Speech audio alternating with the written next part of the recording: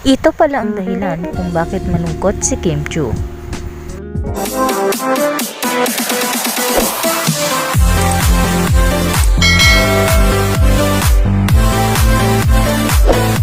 Naging tampulan ng tukso si Kim Chiu kamakailan sa show ng It's Showtime. Kaya naman pala sabi ni Vice Ganda ay umiiyak si Kim at ito pala ang dahilan. Malungkot pala si Kim dahil hindi niya makakasama ng isang linggo ang kanyang leading man na si Paolo Abilino. Nagbahagi kasi ang aktor na si Paolo Abilino na nasa Los Angeles ito. Narito ang ilang litrato na kuha sa nasabing lugar.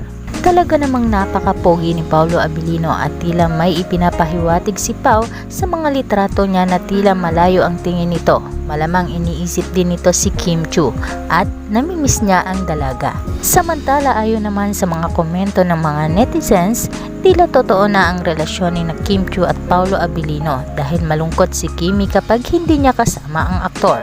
Kung totoo man raw ay talagang isa sila sa mga matutuwa dahil gusto na rin umano nila na magkatuluyan na ang dalawa dahil nasa tamang edad naman sila at pareho naman silang single.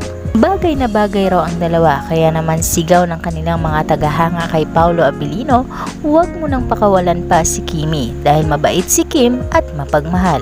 Dagdag pa nga nila, tiyak raw na kapag magkatuluyan na sina Paolo Abilino at Kim Chiu, siguradong magaganda at pogi ang kanilang magiging anak.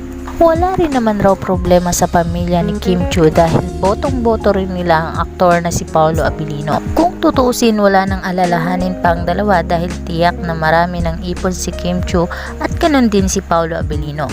May mga na-invest naman silang bahay, lupa at marami pang iba kaya kasal na lang talaga ang kulang sa kanilang dalawa. Para sa latest happening mga kachika, ating abangan ang mga susunod naming update tungkol sa ating iniidolong Paolo Abilino at Kim Chiu.